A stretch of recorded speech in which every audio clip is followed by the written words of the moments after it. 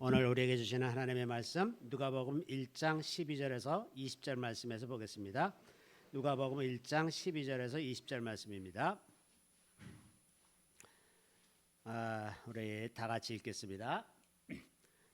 사가랴가 보고 놀라며 무서워하니 천사가 그에게 이르되 사가랴여 무서워하지 말라. 너의 간구함이 들린지라. 내 아내 엘리사벳이 네게 아들을 낳아주리니 그 이름을 요한이라 하라. 너도 기뻐하고 즐거워할 것이요 많은 사람도 그의 태어남을 기뻐하리니 이는 그가 주 앞에 큰 자가 되며 포도주나 독한 술을 마시지 아니하며 모태로부터 성령의 충만함을 받아 이스라엘 자손을 곧 그들의 하나님께로 많이 돌아오게 하겠습니다. 그가 또 엘리야의 심령과 능력으로 주 앞에 먼저 와서 아버지의 마음을 자식에게 거스르는 자를 의인의 슬기에 돌아오게 하고 주를 위하여 세운 백성을 준비하리라.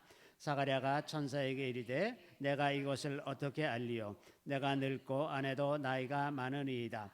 천사가 대답하여 이르되 나는 하나님 앞에 서 있는 가브리엘이라. 이 좋은 소식을 전하여 내게 말하라고 보내심을 받았노라. 보라, 이 일이 되는 날까지 내가 말 못하는 자가 되어 능히 말을 못하리니 이는 내가 내 말을 믿지 함이거니와 때가 이르면 내 말이 이루어지리라 하더라. 아멘. 저는 오늘 이 말씀으로 메시아를 기다리는 동안이라는 제목으로 잠시 말씀을 나누고자 합니다. 제가 이번 주부터는 이제 누가복음에서 중요한 말씀들을 좀 발췌해서 누가복음 중심으로 말씀을 좀 나누려고 합니다. 우리가 성경을 읽을 때 구약 성경에서 그 가장 충격적인 사건이 아마도 남유다가 멸망하고 성전이 다 훼손되는 그 사건이었을 것 같아요. 왜냐하면 이제 하나님께서 그 다윗에게 그리고 또 솔로몬에게 아주 확실하게 약속으로 말씀하신 거가 내 왕위가 영원할 것이고 내 집안이 영원할 것이다. 그리고 또 솔로몬이 이제 성전을 지은 다음에 다 봉헌기도를 하고 난 다음 그 밤에 주님께서 솔로몬의 꿈에 나타나셔서 내가 항상 내 눈이 항상 그 성전을 향하여 있을 것이다. 이제 이런 약속을 하셨는데, 그러니까 사람들은 이제 다 다윗의 왕위가 영원하다. 그러니까 북이스라엘이 멸망해도 남유다는 멸망하지 않고 계속 존속을 하고 있었고, 이제 이런 것들이 다 하나님께서 하신 약속 때문이다. 그래서 멸망하지 않을 것이라고 굳게 믿었는데, 근데 이제 바벨론이 그 예루살렘 성을 포위하고 마침내 3년 만에 멸망하고 성전은 다 부서지고 완전히 처참하게, 그리고 좀 쓸만한 사람들은 다 포로로 잡혀가고 아이들하고 노인네들만 그 예루살렘 폐허에 이렇게 앉아서 막 아이들이 엄마 시체를 붙잡고 울부짖고 배고파서 울부짖고 아파서 울부짖고 그러는데 돌볼 사람도 하나도 없고 그 아주 처참한 환경에 처했잖아요. 그렇게 된 것을 사람들이 도대체 이해할 수가 없는 거예요. 아니, 하나님이 영원하다, 다윗의 왕위가 영원하다 그랬는데 왜 어떻게 저런 일이 생겼을까? 이 기가 막힌 일이 생기는 거죠. 아주 기가 막힌 거죠.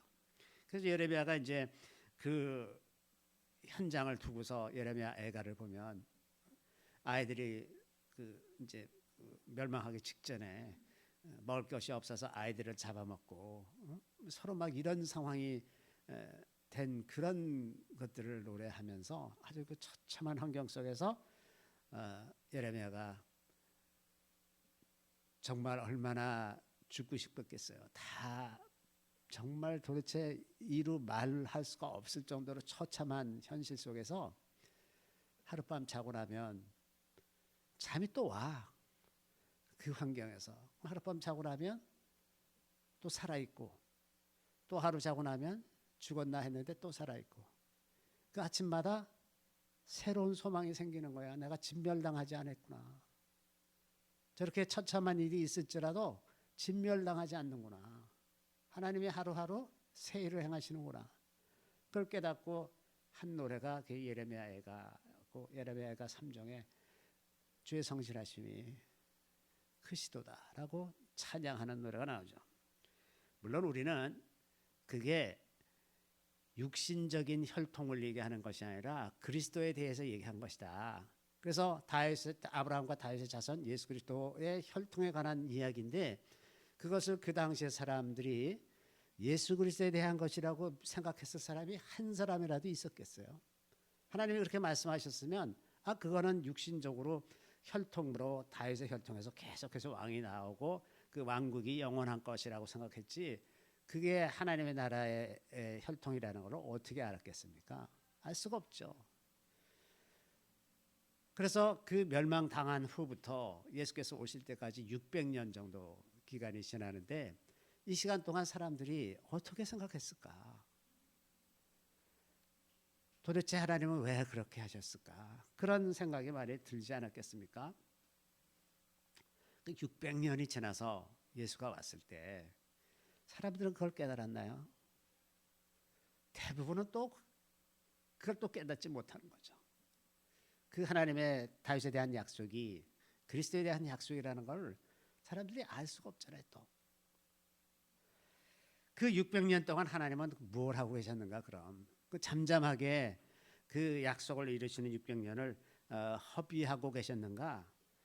그것을 보기 위해서 남유다가 멸망한 다음에 어떤 일이 있었는지 역사 속에서 잠시 좀 살펴보겠습니다. 여기 보면 586년에 이제 BC입니다. BC 586년에 남유다가 멸망하고, 그다음에 539년부터 331년까지 이제 나중에 이제 이 539년에 바벨론이 다시 멸망하고, 그다음에 이제 메대 바사로 나뉘었다가 바사로 통일되는 그 시대가 이제 되는 겁니다. 그래서 331년에 알렉산더가 그 땅을 다시 점령할 때까지 이제 페르시아 시대가 되는 거예요. 근데 이 시대에 아람어가 보편적으로 사용되기 시작했습니다. 그래서 이제 이스라엘 땅에서도 아람어를 사용했고, 그리고 그때 아람어로 된 성경, 그 타르굼이라 그러는데, 아람어로 된 성경이 타르굼이라는 성경이 나왔어요. 그러니까 놀랍게도 이스라엘은 멸망했는데, 예루살렘 다 멸망했는데 성경이 아람어로 번역이 돼서 그 주변 사람들에게 읽히기 시작한 거예요. 놀랍지 않습니까? 자, 538년에 이제 바사 왕 고레스가 성전을 건축하라 그래서 성전 건축이 시작됐는데, 이제 중단됐다가 516년에야 이제 완성이 됐습니다. 이때 등장하는 인물들이 에스라와 스룹바벨 이런 사람들이죠. 그리고 예루살렘 성을 중건하라는 명령이 내린 것이 444년, 한참 지나서 이제 444년에 느헤미야가 총독으로 가면서 예루살렘 성을 중건하는 그런 일이 일어났죠.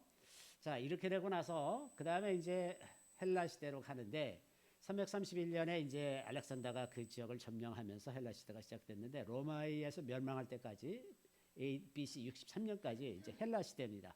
근데 이 기간 동안에 그 지역 전체가 이제 헬라 문명권으로 바뀌었어요. 다 헬라어로 사용합니다. 그러니까 그리스에서부터 이제 이 소아시아 그런 거쳐서 이 중동 지방, 레반트 지역 이 전체가 다 헬라어를 사용하는 지역이 됐어요. 그래서 이때 이제 그 알렉산드리아에 있었던 학자들이 성경을, 구약 성경을 헬라어로 번역해서 72년 헬라어 성경이 이제 만들어지고, 그것이 많은 사람들에게 또 읽기 시작했습니다.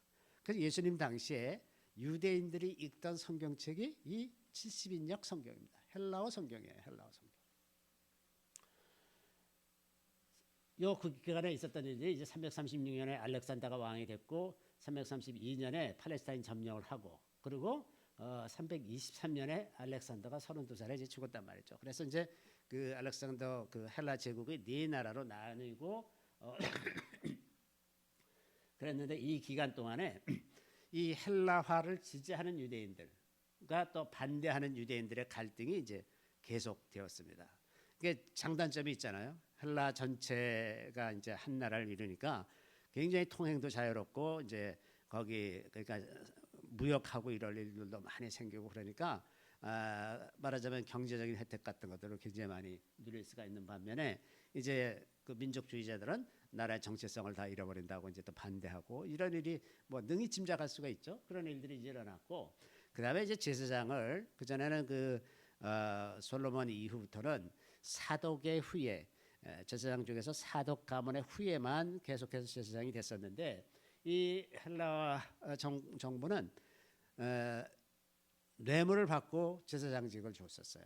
그래서 이제 일반인들도 돈만 잘 갖다 내면 제사장이 될 수 있었단 말이죠. 이제 이런 것들 때문에 그런 사람들을 제사장으로 인정하지 않는 그런 사람들이 또 많이 있고 인정하는 사람들도 있고 그러니까 이제 굉장히 정치적인 갈등이 계속되다가 마침내 이제 175년에 안티오코스 에피파네스가 이제 그 수리아를 통치했는데 이 사람이 이제 굉장히 우상 숭배를 강요하고 폭정을 이제 일삼아서 그 예루살렘 성전에서 그 이제 막 돼지 가지고 이제 제사를 드리고 막 이런 일들을 막 한 거예요. 이때는 이제 그 스룹바벨이 성전을 이제 조그맣게 건축한 그 거기서 이제 그런 일들이 일어난 거죠. 그래서 그 이제 거기다 제우스 신상도 세우고 이런 일들을 하게 되면서 이 마카비라는 사람이 이제 반란을 일으킨 것이 이제 167년입니다. 그래서 반란이 시작돼 가지고 164년에 기슬레 25일에 이제 성전을 회복하고 마카비우스 이 집안이 이제 통치하기 시작했습니다. 그때부터 100년 동안 독립 기간 놀랍게 이제 독립한 기간이었어요. 근데 유대 자손이 다윗의 자손이 아닌 집안이었어요. 그 기슬레 25일이 이제 수전절입니다. 그 수전절을 예수님 당시에도 수전절을 지켰었죠.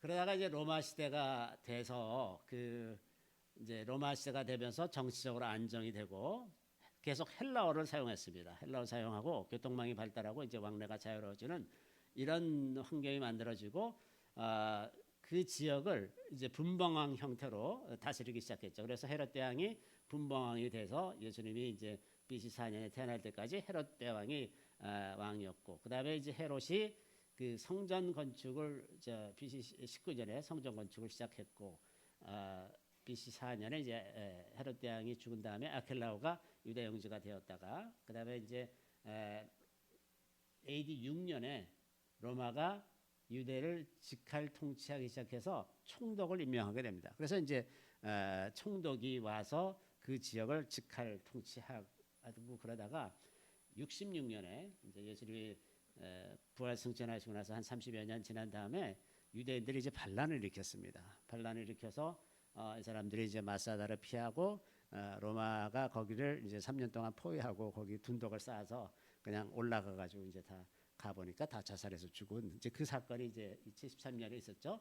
이렇게 해서 이제 로마 시대, 헬라 시대, 그다음에 메데파사 시대 이렇게 이제 했는데, 이 기간 동안에 그 하나님께서 하신 일들을 보면 이거는 이제 성경에 예언되어 있는 일들도 아니고 성경에 이렇게 될 것이다 하는 그런 부분도 이제 일부는 있지만, 다니엘서 일부는 나오지만 나머지는 그렇게 예언된 부분도 아닌데, 하나님께서 이 기간 동안에 사실은 복음이 열방으로 전해지기 위해서 굉장히 놀라운 일들을 다 하신 거죠. 아까 말씀드린 것처럼 타르금 그 아람어 성경을 만들었다든지 70인역 헬라어 성경을 만들었다든지 교통이 자유롭게 되고 언어가 통일이 되니까 복음 전하기가 참 쉽잖아요.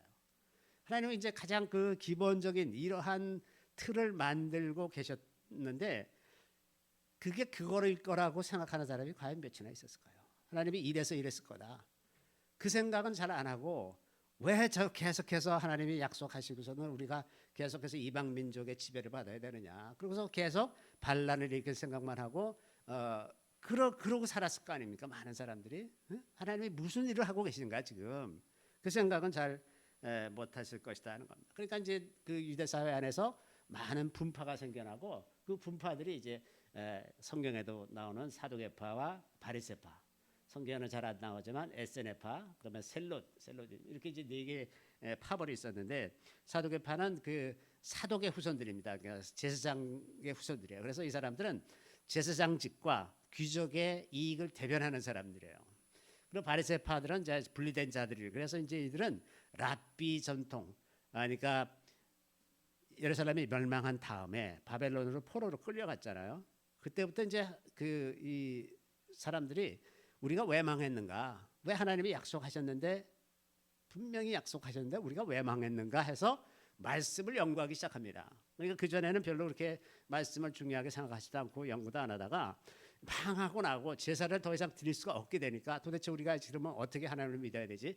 예루살렘 성전이 회파돼서 가서 제사를 드릴 곳이 없어졌으니 그러면 이제 어떻게 하나님을 섬기는 건가? 그동안에는 제사 드리는 것이 이제 하나님을 섬기는 거의 핵심이었는데 이제 그걸 못 드리게 됐는데 그러면 어떻게 우리가 하나님을 믿어야 되는 건가?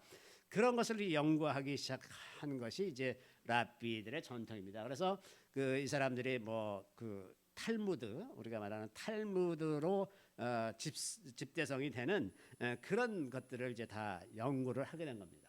그 사람들의 전통을 이어받은 사람들이 바리새파들이고 그 사람들이 예수님 당시에도 그 종교 권력을 주도하던 사람들이고 오늘날의 랍비들도 이 바리새파 사람들이에요.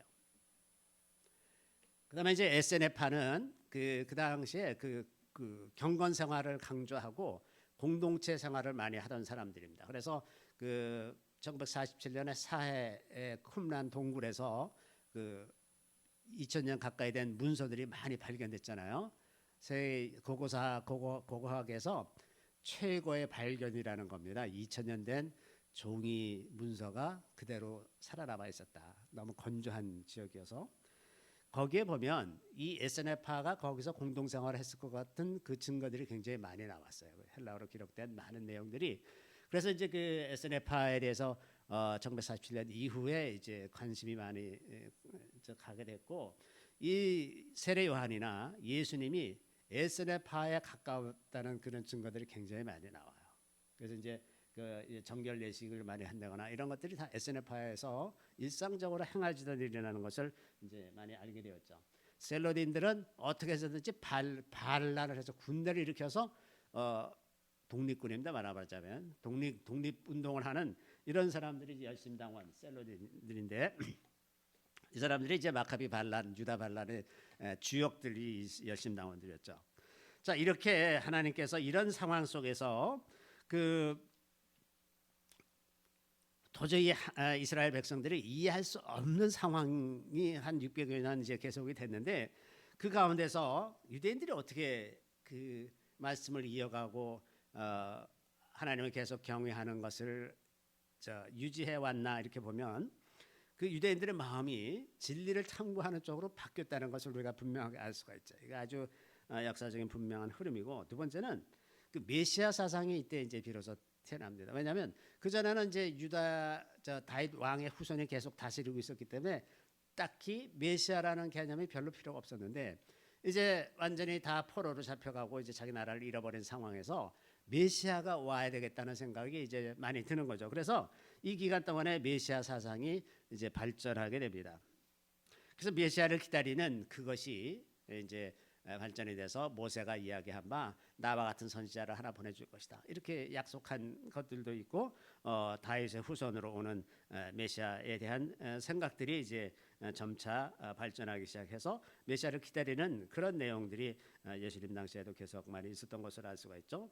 그래서 이제 이런 그 생각 하나님에 대한 생각의 틀이 이렇게 바뀌어가고 있음을 볼 수가 있고 그다음에 이제 언어 문제 아까 말씀드린 것처럼 아람어를 사용하다가 또 헬라어를 사용하면서 이 성경이 좀 더 보편화되고 많은 사람들이 믿게 됐다는 거.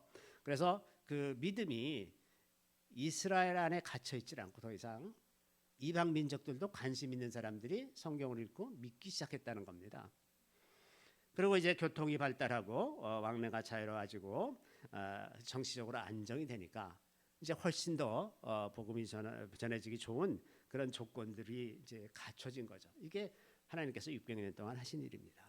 이런 것은 별로 사람들이 관심이 없어요. 사람들은 그저 성경의 내용에서만 관심을 갖고 있는데 또 막상 그 성경의 내용에 따라 오늘 본문에 세례 요한을 보내주셨단 말이죠. 세례 요한을 보내주셨어요. 이 세례 요한은 굉장히 경건한 가정에서 하나님의 말씀과 규례를 온전하게 지키는 그런 가정인데, 근데 자녀를 낳지 못했잖아요. 자녀를 낳지 못하다가 이제 자기 제사장 직분의 차례가 돼가지고 제사장이 이제 사독의 후손들을 24개 반열로 나누어서 한 반열마다 2주씩 복무를 했다 그래요. 그러면 48주가 되잖아요. 그리고 그 절기 때는 제사장이 다 성전에 와서 복무를 했다 그럽니다. 그래서 이제 52주를 채웠는데 이 사가랴는 이제 여덟 번째인가 그래요. 그래가지고 그 여덟 번째 반열이니까는 한 5, 6월 달쯤에 아마 가서 복무를 했던 것 같은데 이제 자기 차례에 가서 그 복무하러 성전에 갔다가 거기서 이제 그 제사장으로서 그 성소에 들어가서 분향하고 그러는 순서를 아마 제비 뽑아서 결정했었던 것 같습니다. 그런데 제비를 뽑았는데 사가랴가 이제 제비를 뽑게 됐어요. 그래서 자기가 들어가서 분향을 하고 그러는데 그때 이제 가브리엘 천사를 만난 거죠. 가브리엘 천사가 만났고 하나님께서 이렇게 이제 사가랴에게 네게 아들이 있을 것이다. 그리고 요한이라고 할 것이고 그가 이제 많은 사람들을 하나님으로 돌아오게 하는 그런 일을 할 거다 하는 이런 예언을 하지 않습니까? 근데 이제 하나님께서 이 가정에 자녀를 낳지 못하던 가정에 자녀를 주시는 방법으로 일을 하기 시작하셨어요. 왜 이러셨을까? 그냥 평범한 가정, 자녀를 잘 낳는 그런 가정에서 태어나도 될 텐데 굳이 자녀를 주지 않다가 어떤 특정한 때가 돼서 사가랴에게 그런 말씀을 하시고 나서 임신을 하게 했단 말이에요.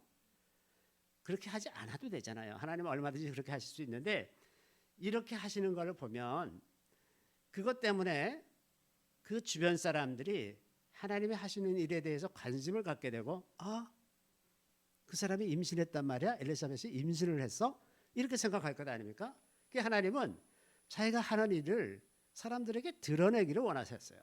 분명히 드러내기를 원하셨기 때문에 아기가 없다가 생기게 하셨어요. 그 사람들이 다 임신한 사실에 놀라고 엘리사벳도 놀라고 사가랴도 놀라고 다 놀랍게 이 하나님 무슨 일 하시는 거야? 이렇게 놀라고 있었는데 근데 이제 이렇게 하셨음에도 불구하고 사람들은 과연 얼마나 그 하나님께서 하시는 일들의 그 깊이를 깨달아 알았을까?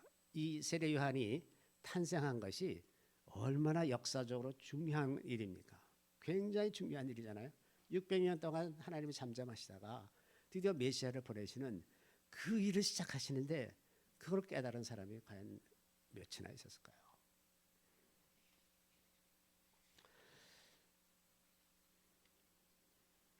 그때 이제 그 천사장 가브리엘이 전하는 이야기들을 이렇게 좀 자세히 좀 보면 천사가 나타나니까 사가랴가 이제 굉장히 두려워하잖아요. 굉장히 놀라운 존재를 보니까 무서워하지 말아라. 너의 간과함이 들린지라. 엘리사벳이 네게 아들을 낳아주리니 그 이름을 요한이라 하라. 이제 이렇게 하고 너도 기뻐할 것이고 많은 사람이 기뻐할 것이다. 그가 어려서부터 성령 충만함을 받아서 포도주나 독한 술을 마시지 않을 거다. 말하자면 이건 나시린이라는 얘기죠. 포도주나 독주를 마시지 않고 완전히 하나님께 드려진 사람으로 살게 될 것이라는 것이고 많은 이스라엘 자손이 이제 돌아오게 할 거고 또 엘리야의 심령과 능력으로 주 앞에 먼저 와서 이 말씀이 중요하죠. 주님 앞에 먼저 와서 이 사람이 메시아를 예비하는 역할을 할 거야. 엘리야의 심령과 능력으로 이 말을 얼마나 알아들었을까요? 그래서 아버지의 마음을 자식에게 또 거스르는 자를 의인의 슬기에 돌아오게 하고 주를 위하여 세운 백성을 준비하리라. 굉장히 놀라운 말씀인데 사가랴가 믿질 않았어요. 그죠? 내가 늙고 아내도 나이가 많은데 그런 일이 어떻게 생기겠습니까? 지금 우선 아이가 태어날 수 있다는 것 자체를 믿질 않으니 아이에 관한 예언이 귀에 들어왔겠어요. 천사가 그렇게 정말 기가 막힌 말씀들을 해주셨는데 별로 생각도 안 났을 거예요. 그때는. 그런데 또 그가 주 앞에 먼저 와서 이런 말을 하셨는데 주 앞에 먼저 왔다 그랬을 때 그러면 도대체 얼마나 먼저 온 거냐? 뭐 1년 먼저 오냐, 5년, 10년이냐, 30년이냐 전혀 우리는 알 수가 없잖아요. 근데 하나님은 6개월 차이로 이제 예수님이 마리아의 몸에 잉태되도록 그렇게 하셨단 말이에요. 6개월인데 그것도 이제 짐작할 수가 없었겠죠, 사람들이. 자, 이렇게 사가랴가 하나님의 말씀을 들었음에도 불구하고 역사를 바꾸는 그 핵심적인, 아마 사람이 하나님께로부터 들은 메시지 중에서 이 메시지는 뭐 첫 번째, 두 번째 가는 그렇게 중요한 메시지였을 것 같습니다. 그런데 그 중요한 메시지를 깨달을 수가 있었겠느냐 말이죠. 아마도 잘 몰랐다가 나중에 예수님이 부활 승천하시고 이렇게 되는 걸 보고서야 아, 그게 다 이렇게 된 거로구나, 이렇게 됐었던 거구나, 이렇게 생각했을 것 아니겠습니까? 실제로 이스라엘 백성들도 다 메시아를 기다리면서 살았다고 했는데, 실제로 이제 그리고 가브리엘 천사가 많은 사람이 기뻐할 거라고 했는데, 물론 그 주변에 단지 그 아이를 못 낳던 엘리사벳이 임신했다는 사실만으로도 주변 사람들은 그냥 그것만으로도 기뻐할 수가 있으니까 기뻐했는데, 실제로 이스라엘 백성들 가운데는 무슨 일이 일어나냐면, 이제 세례 요한이 전하는 회개를 싫어하고 그를 배척하고, 특히나 이 바리새인들이나 사두개인들은 그가 굉장히 자기네 종교 권력에 위협이 되니까 자꾸 이제 멀리하려고 하는 성향이 생겨나고, 마침내 헤롯은 세례 요한을 죽이기까지 하지 않습니까? 그러니까 많은 사람들이 기뻐할 것이라고 했는데, 그거는 모든 사람이라는 뜻은 아니라고 하는 겁니다. 많은 사람들이 기뻐할 것이지만 실제로는 반대하고 배척하는 사람들도 많이 있었을 것이다.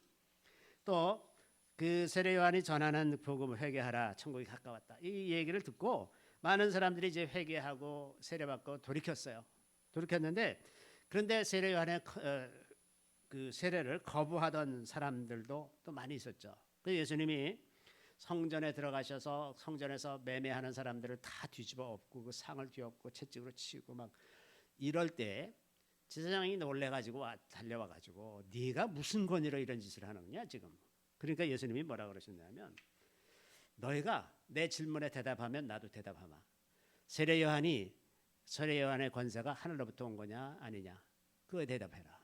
그랬더니 이제 제사장이 가만 듣다가 하늘로부터 온 권세다 그러면 왜 그러면 너희들은 그 말을 안 들었냐 그럴 것 같고, 하늘로부터 온 권세가 아니라 그러면 백성들이 다 하늘로부터 권세를 받은 사람이라고 믿으니 백성들이 가만히 있을 것 같지 않고, 그러니까 이제 제사장들이 우리는 모르겠다 그렇게 대답하지 않아요. 그랬더니 예수님이 그러면 나도 너희들에게 내가 무슨 권세로 이런 일을 하는지 얘기해 줄 수 없다 그렇게 대답하시고 말았어요. 그럴 정도로 그 세례 요한에 대한 거부감이 이 지도계층 사람들에게 아주 크게 있었다는 것을 볼 수가 있는 거죠. 그러니까 막상 그들이 기다리던 메시아가 왔는데 실제로 그들이 하는 행동은 하나님께서 하시는 일을 거스르고 대적하는 일만 하고 있었다고 하는 겁니다. 또 이제 세례 요한이 엘리야의 심령과 능력으로 일한다고 했어요. 엘리야는 이제 그 구약에서 선지자를 대표하는 거잖아요. 그 예수님이 변화산상에 그서 변화되셨을 때 그때 모세와 엘리야가 나타나잖아요. 율법을 대표하는 모세와 선지자를 대표하는 엘리야. 그 엘리야는 정말 그 선지자를 완전히 대표하고, 엘리야 한 사람으로 인해서 북이스라엘 중에 얼마나 많은 사람들이 회개하고 하나님께로 돌아오게 되었냐 하는 거예요. 그러니까 그 엘리야의 열심과 엘리야에게 그 임한 기름 부음으로 말미암아 얼마나 많은 그 회복의 일들이 일어났습니까? 그런 것처럼 세례 요한 한 사람을 통해서 엘리야의 심령과 그 열심으로 이 세례 요한이 열심으로 그 회개의 복음을 전파해서 많은 사람들이 오게 되질 않았습니까? 그래서 이 세례 요한이 당대에 얼마나 그 영향력이 컸냐 하면은, 그 세례 요한의 그 회개 세례가 그 소아시아 지방까지 다 퍼져가지고 바울이 복음을 전하러 갔더니 사람들이 세례 요한에 대해서 다 알고 세례를 다 받았어요. 그런 사람들이 많았단 말이에요. 그럴 정도로 세례 요한이 그냥 이 갈릴리 지방에서 그 유다 지방에서만 이름 있는 사람이 아니라 이미 헬라 그 로마 여러 나라에서 이미 여러 지방에서 다 알려지고 세례를 받았던 그런 사람이었다고 하는 겁니다. 자, 그래서 이제 세례 요한이 온 것이 결국 예수님의 오실 길을 예비한 거죠. 그래서 세례 요한에게서 회개 세례를 받은 사람들이 이제 예수님을 믿고 성령 세례를 받는, 회개하고 성령 세례를 받는 그 순서로 사람들이 아주 쉽게 예수님을 따르게 되었고, 실제로 이제 세례 요한의 제자들 중에서 많은 이들이 예수님을 따르게 되었다고 하는 것을 알 수가 있습니다. 자, 예수님이 부활한 후에 제자들이 그 성령 받고 복음을 전하기 시작했죠. 그랬더니 이제 하루에 3,000명씩 회개하고 세례받는 그런 일들이 이제 많이 일어났어요. 그런데 그런 사건이 이제 몇 번은 있긴 했지만, 그렇다고 해서 갑자기 유대인들이 다 예수 믿게 된 게 아니었어요.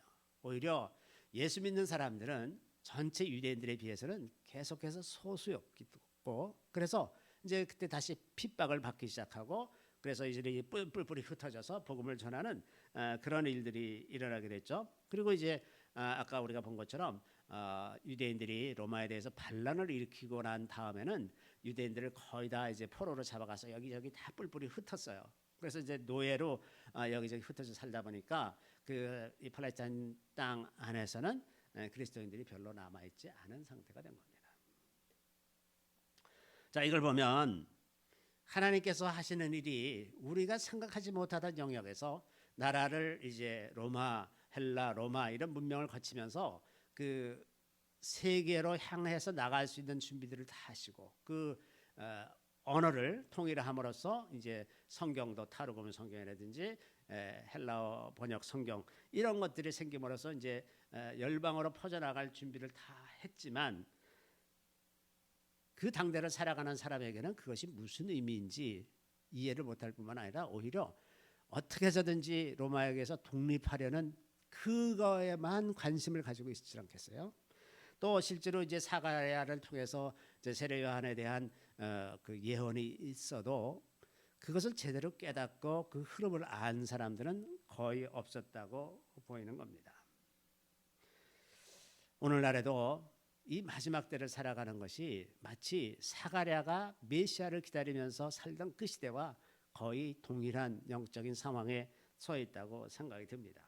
또 하나님께서 약속하신 그 약속, 말라기의 약속이라든지 요엘서의 약속, 마지막 때에 큰 부흥이 일어날 것이고 기름 부음이 있을 것이고 성령의 놀라운 역사가 있을 것이다 하는, 그리고 아버지의 마음이 아들에게로, 아들의 자녀들의 마음이 아버지에게로 하는 그 말라기서의 예언이 오늘날에도 다시 이제 반복될 것이라는 것을 우리가 알죠. 그 성경은 이례적인 것이 아니라 똑같은 패턴으로 반복되는 형식으로 역사가 진행되는 것을 볼 수가 있습니다.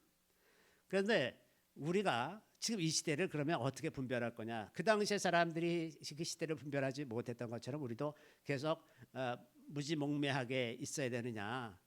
지금은 그런 때가 아니라고 생각합니다. 지금은 우리가 이제 마지막 때 어떤 일들이 일어날지 주님께서 다 미리 말씀해 주셨잖아요. 마태복음 24장에 마지막 때 이런 일들이 일어날 거다, 이런 말씀 다 해주시고, 또 사도 요한을 통해서 계시록에서 어떤 일이 어떻게 진행될지 대략 알려주셨다고 하는 겁니다. 그래서 우리는 미래를 알고 있어요. 미래를 알고 있기 때문에 그 미래의 관점에서 오늘을 살펴보면 오늘날 일어나는 어떤 일들이 미래에 일어날 그 일과 무슨 관계가 있는지를 살펴봄으로써 이 시대의 징조를 파악할 수가 있는 거죠. 그래서 그런 관점에서 봤을 때 그 굉장히 중요한 단서 중에 하나가 요한계시록 13장 1절에 있는 이 말씀입니다. 내가 보니 바다에서 한 짐승이 나오는데 뿔이 열이요 머리가 일곱이라. 그 뿔에는 열왕관이 있고 그 머리들에는 신성모독하는 이름들이 있더라. 자, 한 짐승이 뿔이 열이고 머리가 일곱이에요. 뿔이 열이라고 하는 것은 세속 권력, 정치 권력입니다. 정치 권력이 모아져서 여러 이제 열방을 대표한 나라들이 하나가 됐어요. 세계 정부를 구성하는 겁니다. 그다음에 머리가 7개의 머리가 7개인데 그게 한 몸 안에 있어. 이게 종교 권력입니다. 그러니까 정치 권력과 종교 권력이 이제 하나가 돼가지고 이제 전 인류를 대상으로 굉장히 이제 그 하나님을 대적하는 그런 일들을 행하겠죠. 그렇기 때문에 이 정치 권력, 그러니까 정치적인 통합, 국가 간의 통합이 이루어지는 것, 이것이 먼저 이루어져야 마지막 때가 되는 거예요. 그리고 이 국가 간의 통합을 이루고자 하는 그런 여러 가지 노력들이 이제 있어 왔는데, 그게 이제 대표적인 것들이 유엔과 EU 같은 집단입니다. 그 이유는 지금까지 이제 오랫동안 그 통합을 실험하고 있는데 뭐 실험이라고 말씀드리는 거는 계속해서 헤매고 있기 때문에 그래요. 그리고 이제는 이번 우크라이나 전쟁을 계기로 해서 EU가 거의 파산할 지경이 됐어요. 그래서 아마 한 번은 이제 다시 다 흩어지는 그런 사건이 되지 않을까 이렇게 생각이 드는데, 자, 이 나라들이 통합하는 것은 하나님의 뜻에 거스르는 겁니다. 하나님은 인류를 한 혈통으로 만드시긴 했지만 그들의 거지와 경계를 다 나누셨어요. 언어를 나누심으로, 그게 이제 바벨탑 사건 아닙니까? 언어를 나누심으로 다 흩어서 살게 하셨고, 각자가 각각의 고유한 문화들을 가지고 살도록 그렇게 하시는 것이 하나님의 계획인데, 이것을 거스르는 것이 바벨탑이죠. 바벨탑은 흩어지지 말자, 우리가 흩어지지 말고 힘을 합쳐서 하나님을 대적해서 우리가 우리 길을 잘 살아보자. 하나님 없이도 잘 살 수 있지 않겠느냐. 이제 그런 사상이 그 바벨탑인데, 이것을 거스르는 것이 이제 국가 간의 통합입니다. 통합. 그런 것들 중에 이게 이제 그렇게 쉽지가 않으니까 어떤 방식으로 이걸 이루려고 하냐면, 그 유엔 산하에 예를 들면 이제 WHO 같은 조직이 지금 앞으로 굉장히 뜨고 있는데, 그 전에는 신경도 안 쓰던데요. 그냥 전염병 뭐 어디 전염병이 발생했다 그러면 그걸 알려주고 뭐 이 정도의 기능이고, 우리나라의 그 이종욱이라는 분이 그 WHO 사무총장을 하실 때는 그분이 이제 그 폐결핵 전문가인데, 그 전 세계 그런 질병들을 퇴치하는데 굉장히 이제 공을 많이 세우고 그런 일을 많이 하셨는데, 그런 일을 하는 게 아니라 WHO의 전 세계 그 전염병 확산 방지를 위해서 질병을 통제하는 권한을 WHO에 부여하자. 그래서 금년에도 이제 투표를 한번 했는데 이제 부결이 됐어요. 무슨 투표냐면, 그 각국의 그 전염병을 통제하는 권세, 그러니까 사람들을 백신을 강제로 맞게 한다거나, 혹은 집에 가택 연금한다거나, 봉쇄한다거나, 혹은 무슨 통행을 차단한다거나, 이런 권한을 WHO에 주자는 거예요. 그거에 많은 서구 여러 나라들이 이미 다 찬성을 했고, 안타깝게도 문재인 시절에 대한민국도 찬성을 했습니다. 그러면 무슨 뭐 집회 금지 이런 거 그동안에 했었잖아요. 그런 거를 WHO가 명령하는 거예요. 국가가 가질 권력을 WHO가 갖는 거예요. 전 세계를 대상으로. 그 실제적으로 사람을 마음대로 구속할 수도 있고, 그 전염병이라는 게 자기네가 마음대로 정하는 거예요. 거의.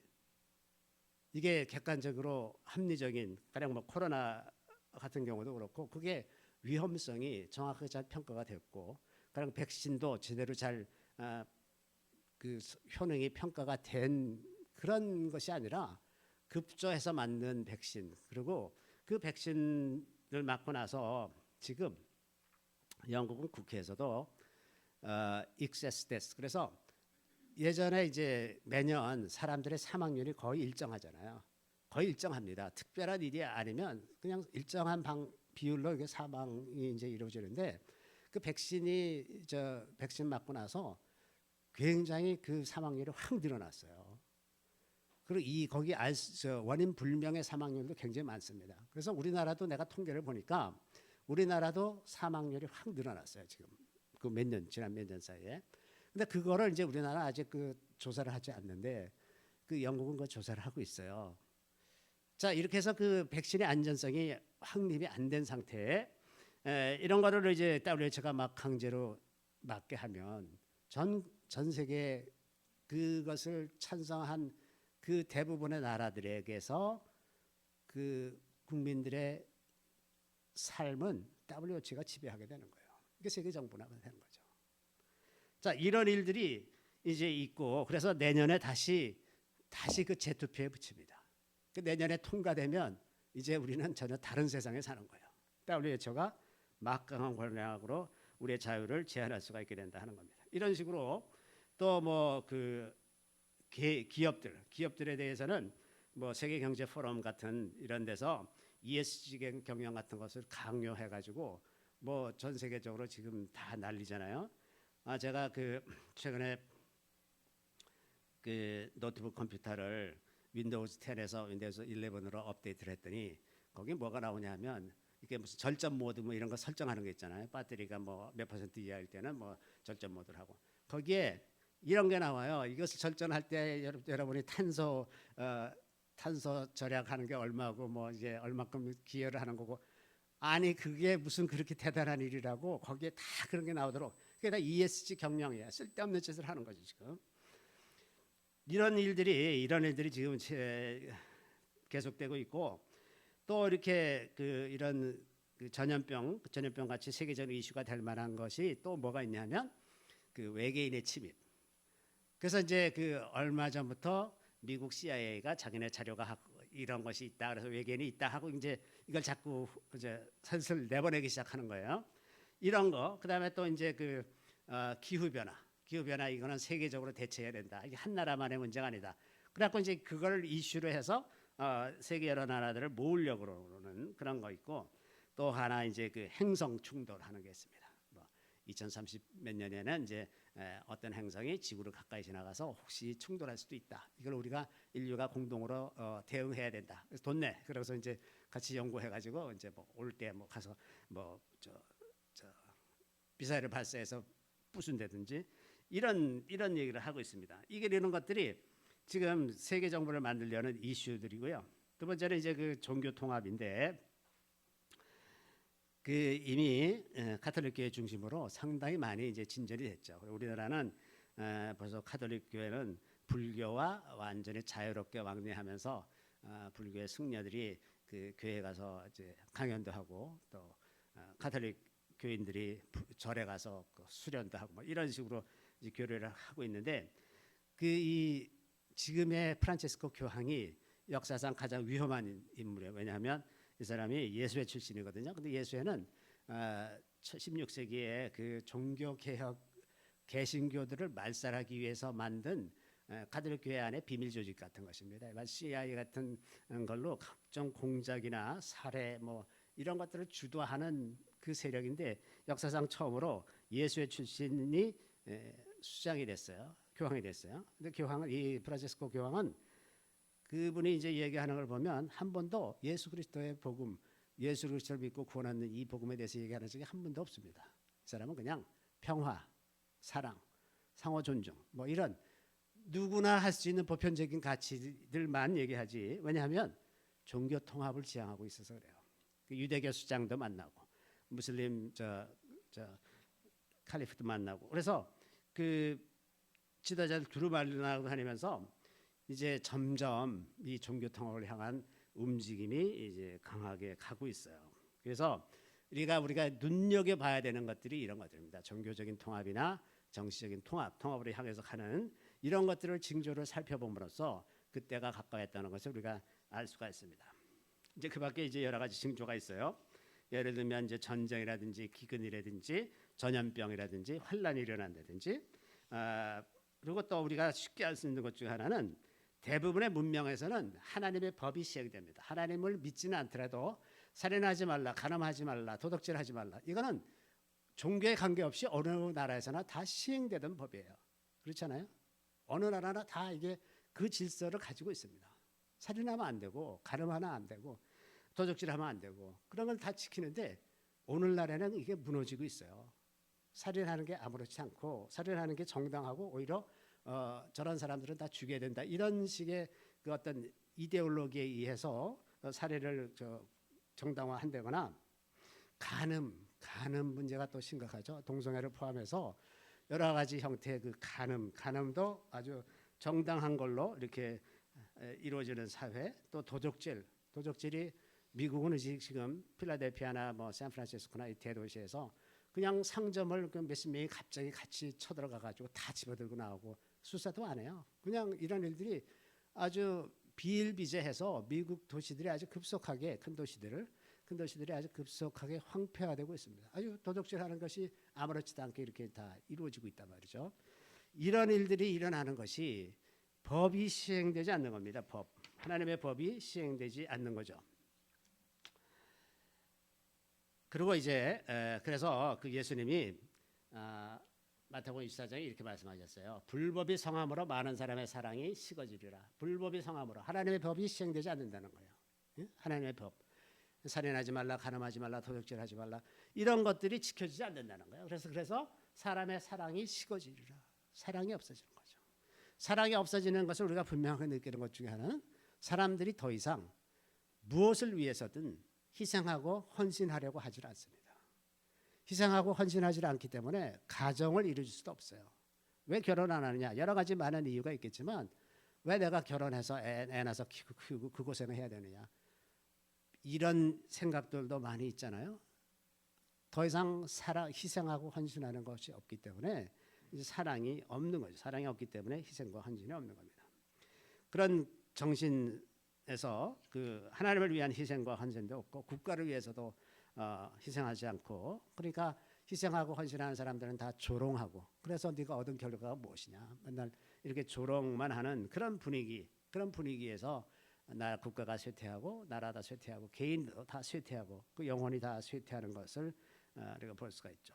그래서 우리가 살아가는 이 시대의 그 징조들을 비록 600년 동안 이스라엘 백성들이 하나님의 그 예루살렘 성이 멸망한 다음에 하나님께서 하시는 일들에 대해서 잘 분명하게 깨닫지 못했던 그 600년을 지냈겠지만 지금은 마지막 때를 알기 때문에 미리 어떻게 될 것인지 알기 때문에 징조를 알아갈 수가 있는 그런 환경에 있다고 하는 겁니다. 그래서 우리가 이 부흥의 마지막 징조를 알 수 있어야 되고, 이렇게 마지막 때가 오기 직전에 있을 놀라운 부흥이 있다는 거예요. 그 약속이 또 하나 있으니까 이 부흥의 징조, 그 안에 일어날 성령의 역사, 이런 부흥의 징조를 우리가 눈여겨보면서 살아야 되는 이 시대라고 하는 겁니다. 그런 점에서 제가 꼭 주목해야 되는 세 나라가 있는데 이스라엘과 미국과 한국입니다. 이 세 나라가 끝까지 전 세계에 하나님을 전할 수 있는 이 마지막 세 나라입니다. 다시 다른 데를 살펴보면 이제 다른 나라들은 거의 끝났고 신생 국가들, 신생 크리스찬 국가들, 지금 크리스찬 숫자로 보면 중국과 인도네시아가 굉장히 많아요. 크리스찬들이 굉장히 많습니다. 그래서 거기서 굉장히 많은 선교사가 나올 거라고 생각을 하는데, 문제는 해본 경험도 없고 성령의 능력도 모르고 이래서 제대로 하지를 못하는 거예요. 그래서 이제 그 나라들의 그 크리스찬들을 선교사로 훈련시켜서 이끌어갈 나라들이 지금은 한국밖에 없다고 하는 겁니다. 그래서 한국이 무너지는 것은 굉장히 뼈아픈 일이에요. 그리고 이스라엘은 태생적으로 하나님을 증거하는 나라일 수밖에 없어요. 왜? 성경에 낱낱이 기록되어 있기 때문에 그렇습니다. 그래서 이스라엘이 그 하나님의 약속대로 그 모든 일들이 이루어지는 것 자체가 그 하나님의 영광을 드러내는 일이고, 그래서 우리가 이스라엘을 위해서 기도해야 되는 겁니다. 그게 하나님의 마음에 가장 아파하는 그 부분인 거죠. 그래서 이스라엘은 끝까지 하나님을 드러내는 나라가 될 수밖에 없고, 미국은 지금 크게 쇠퇴하고 있지만 마지막 부흥을 위해서 한 번 쓰임 받을 기회가 있을 겁니다. 그래서 이 다음 대통령 선거 때쯤에는 아마 하나님께서 원하시는 사람이 대통령이 돼서 마지막 그 부흥에 미국이 감당해야 될 역할, 그거를 이제 감당하고 그 다음에는 다시 저쪽으로 넘어갈 거라는 생각이 들어요. 한국이 중국, 일본, 인도네시아 이 교회들을 잘 이끌어가고 잘 도와서 세계 선교의 마지막 그 단추를 다 끊을 수 있도록, 특히나 북한 이런 데를 할 나라로 이 대한민국이 너무나 중요한데, 그래서 우리가 한국의 교회를 위해서 기도해야 되고 통일을 위해서 기도해야 된다고 하는 겁니다. 한국 교회는 반드시 회복되고 순수한 믿음과 열정을 회복해야 하는 겁니다. 그리고 우리가 메시아를 기다리는 동안 그냥 가만히 있을 게 아니라 열정적으로 구하고 하나님께서 하시고자 하는 뜻을 다 이룰 수 있도록, 이 민족이 그 역할을 잘 감당할 수 있도록 우리가 정말 다시 한번 마음에 불을 지펴서 열심을 내서 이 일을 감당할 수 있으면 참 좋겠다는 생각합니다. 하나님이 안타까운 마음으로 자기를 위해서 일할 사람들을 찾고 계시는데 같이 일할 사람이 있어야 되잖아요. 하나님은 사람에게 위임하셨기 때문에 사람이 나서야 돼. 사람이 나서야 돼요. 그러니까 뭐 누군가 다른 사람이 하겠지 그러지 마시고 여기 계신 여러분 한 사람 한 사람이 굉장한 용사라고 저는 생각을 합니다. 그 대한민국 교회 전체를 통틀어서 이 정말 외람된 말씀이지만은 그렇게 많지 않아요. 정말 하나님을 생각하고 하나님의 뜻대로 살고자 하는 사람이 정말 얼마나 있을까? 얼마나 될까? 정말 그렇습니다. 여러분이 한 사람 한 사람에 내가 해야 된다. 그거 내가 해야 된다. 이렇게 생각을 하시고 이 나라를 위해서, 이 나라의 교회를 위해서, 저 북한을 위해서 또 열방을 마음에 품고 우리가 나아가야 되는 그런 시점에 우리가 살고 있다는 것을 우리가 좀 기억하면 좋겠습니다. 다 같이 기도하겠습니다. 할렐루야. 우리 주님을 찬양합니다. 주께서 놀라운 은혜로 일찍 이 민족을 택하시고 주의 거룩한 그릇으로 삼으셨는데 그동안 받은 놀랍고 많은 아름다운 은혜들을 잊어버리고 이제 물질적인 안락함과 편안한 삶에 우리의 모든 영혼을 내어주고 하나님을 향한 마음과 그 열정을 잃어버리고 있었던 것을 주님 용서해 주시기를 원합니다. 주님 이제 회복되기를 구합니다. 저희가 회복되고 이 나라가 회복되고 이 나라의 교회들이 다 회복되어서 마지막 주님께서 이루시고자 하는 뜻을 다 이루며 열방의 큰 지수가 일어날 때에 주님 이 민족과 또 저 북한 우리 주민들과 또 중국과 일본의 교회와 인도네시아 교회들 그밖에 열방의 여러 나라 교회들의 성도들과 함께 마지막 추수에 참여하는 저희들이 다 되게 하여 주시고 우리가 크고 작은 일이건 맡겨주신 모든 일들을 기쁨으로 감당해서 끝까지 충성스럽게 달려갈 길을 다 가고 주님 앞에 설 수 있게 도와주시기를 간절히 바라옵고 모든 말씀 우리 구주 예수 그리스도의 이름으로 감사하며 기도드립니다.